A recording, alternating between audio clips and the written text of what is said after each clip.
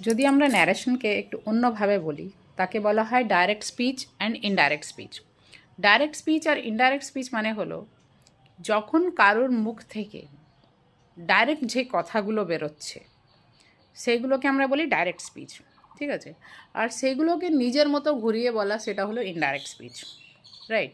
যেমন কি আমি এখন ইংলিশে কিছুই বলছি না, বাংলাতেই আমি তোমাদেরকে বোঝাতে চাই যে ডাইরেক্ট আর ইনডাইরেক্টটা কী অ্যাকচুয়ালি। যদি আমি বলি, যেমন কি আমি এই কথাটা বলছি যে এই ভিডিওসগুলো পড়লে তোমরা ন্যারেশন বুঝতে পারবে, ফাইন। তো এই কথাটা কিভাবে লেখা হবে? যখন আমরা লিখব তখন আমরা কি বলবো, যে ম্যাম বলল, তারপরে ইনভাইটেড কমাজের মধ্যে কি দিয়ে দেবো, এই ভিডিওসগুলো পড়লে তোমরা ন্যারেশন বুঝতে পারবে, ঠিক আছে?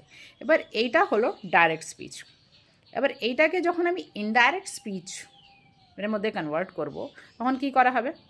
তখন হবে যে ম্যাম বলল, তখন ইনভাইটেড কমাসগুলো তুলে দিয়ে বলল যে, তখন ইনভাইটেড কমাস যেটা ইনডাইরেক্ট স্পিচে ছিল তা সেখানে তোমরা কি বলবে, যে, যেখানে আমরা দ্যাট ইউজ করি। ম্যাম বলল যে এই ভিডিওসগুলো যদি আমরা ভালোভাবে পড়ি আমরা ন্যারেশন বুঝতে পারবো।